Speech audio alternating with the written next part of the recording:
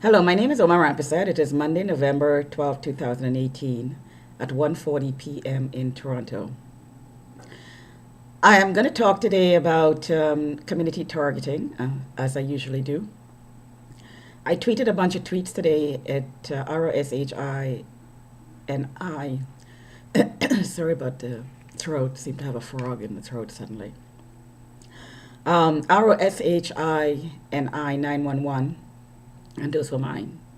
So I tweeted about about a conspiracy to run experiments, a conspiracy to traffic, a conspiracy to mentally commit, a conspiracy to falsely imprison, a conspiracy to artificially criminalize. So I'm going to go over here today the three times that police came to my door. Two of those times I was pulled out. One for a mental evaluation that showed nothing, and the other, I was charged with a crime that I did not commit. The first time, the police came to my door as a result of somebody calling saying, I have a camera in my hand and I'm in the same spot with him more than once, which turned out to be the subway or the train station. I'm not sure exactly where, but in a some commuting station that I use for going to work, for commuting to work. So I'd be there all the time. But he called the cops saying I was stalking him. I'm not sure who it is. The police never said. Anyway, they came to my door, and in the process of asking the questions, they ended up telling me I was mentally ill as soon as I started talking about being gang stalked. Because this call happened at the time that I've come to understand now. I was flagged in the system by people in the building, and I was registered as whatever. And I was being monitored by somebody who was working with the cops. And this person subcontracted the monitoring. So the person who was doing it at the time was a Muslim man living right next to me. And he was contracting, he was using other Muslim people to follow me around. And this call, I'm suspecting, was from such a person, whether Muslim or not. But he was subcontracting for this Muslim man, or more than one, maybe more than one Muslim person in the building, because there were three Muslim neighbors around me at the time. So I was telling the cops that because I was being monitored by somebody who was subcontracting the monitoring, so I was being stalked. And my System is doing weird things again. And the image has disappeared from my screen. And hopefully it's going to appear again. I'm going to continue talking. So this happens every time I do blogs like this. And my throat, which was fine during the day, is suddenly hoarse. There's a frog in it suddenly. So that was the first time. And the second time, based again on these, I'm suspecting these two Muslim people or three Muslim people and more, calling the cops saying I'm running back and forth in the corridor, knocking on people's doors and so on. They caused the cops to come and waited for me because I was out having lunch with a friend and I drove in. I walked into the unit. They knocked and they pulled me out.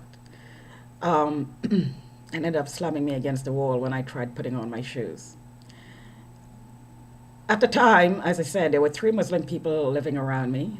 Two Muslim families had kids, and the kids were teenagers, boys, and one girl. And they would be running up and down the corridor, playing. The corridor was a playground for them and the visitors. They were bumping balls, they were screaming, and I have a recording of this. And they called the cops saying I was doing it. So I was complaining about the same thing that they called the cops saying I was doing. I have the complaints in writing. And the cops came and pulled me out of my home.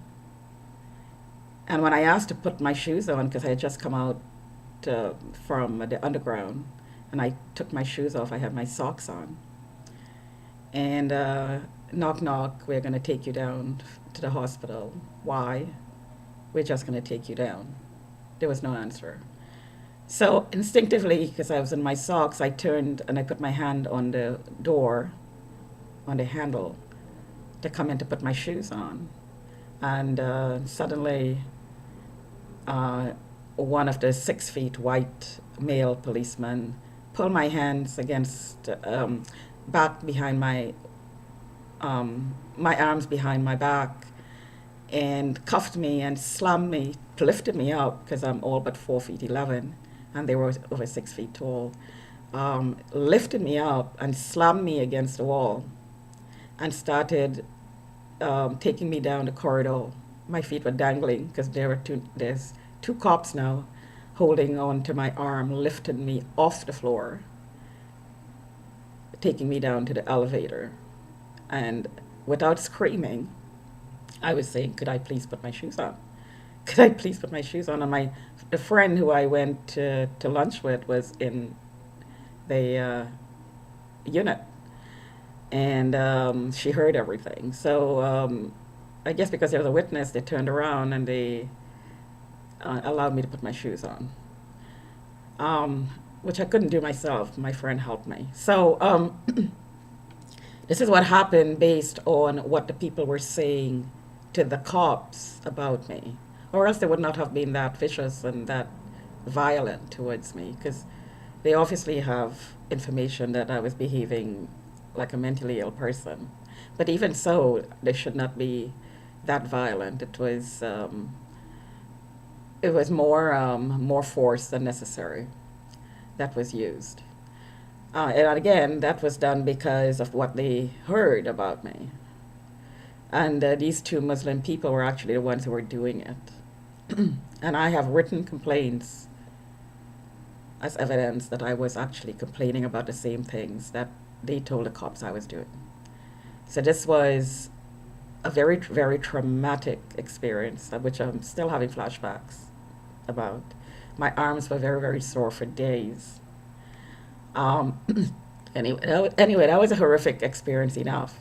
Then the third time in 2006, excuse me, 2016, I was in the mall, and because of the same subcontracted monitoring, I'm suspecting Muslim men again. These two Muslim women who came after me, harassing me, were subcontracting for the Muslim men who had the name on their account, or who was contracting with somebody who did. And they started harassing me as a prostitute and a whore. I was told I was a refugee, and they were born here, and they were Canadians, and I'm not. Anyways, there was an argument, and I left the first time. There's a second incident. I was in another store in the same mall a week after, and they started harassing me. They came at me. It wasn't the other way around, because only the eyes were covered. They were in black, and I was scared because the first time I was having heart palpitations. But they pretty much told me to get out of the store, which is why I called 911. Um, and the cops came and took my statement. There were no notes made. I came home at 6 o'clock. Knock, knock, knock.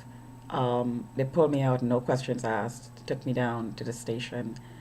Held me for questioning, which was never done. Charged me, held me for bail.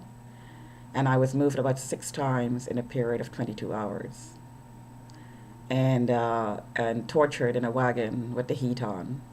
And I suspect I got a heart attack after that. Of course, as a target, diagnoses are very hard to come by. But these were the 3 incidents that the police came to my door and abused me, basically, because of information being transmitted to them by informants, basically, who set me up and lied, out and out lied about me. So the cops have a file about me that depicts me based on the harassing comments I get as a prostitute, as mentally ill, emotionally perturbed. I stalk, I steal, I show my body parts to people, I grope, I solicit, which none of this suits my personality profile, number one. And number two, um, they're all, or I should say most of them, most of these reports, or a lot of it, are done by Muslim men who are perfect strangers. The subcontractors are perfect strangers, who I understand now are trafficking. They were trafficking. So these were sex slave operators making these calls to criminalize their target, their victim, that they're working on to be recruited. So the tweets that I tweeted today were in which I was talking about a conspiracy. Well, there is a conspiracy. So if there are any charges on the books against me, this is a direct result of misinformation, lies, um, instigated situations that's turned around to make me look as if I instigated it. So deliberate misinterpretations of what I do and say, because these are informants. And based on my experiences with the cops who came to my door, at least the ones I interact with, they are targeting me. They are profiling me. So the reason I'm doing this is because I am scared to death that somebody is going to make a call, an informant, a criminal, and they're going to come to my door. A policeman is going to come to my door and take me away, and nobody's ever going to see me again. Somebody might go collect my corpse. That's basically it. This is why I'm doing what I'm doing. Because I'm not only targeted by the community based on lies, I'm targeted by the police who are working with the community. Because I'm a target. This is what targets experience. This is what targets are used for, to run experiments. And I went into in other videos about the experiments being run, one of which is community policing, where you have alerts sent out about the person based on information that people relay about the person, when the person is in public, at work, at home, and so on, including inside your home. And the red alert, yellow alert is sent out to the public. The public mobs the person, contains them, polices them, and and they call the cops, and the cops are a part of that. That's one of the experiments that's being run. So again, fear of the police, and fear of the criminals who are stalking me. I am being gang stalked because the red and yellow alerts are mobbing. It's a mobbing program. The red alert, more people will come. Yellow alert, not so much. But it's meant for you to be mobbed because these alerts are made public. So when I told the policeman that I was being gang stalked, I was being gang stalked because I was being mobbed. And I have evidence of this in video. So the videos I take is not because I'm a spy.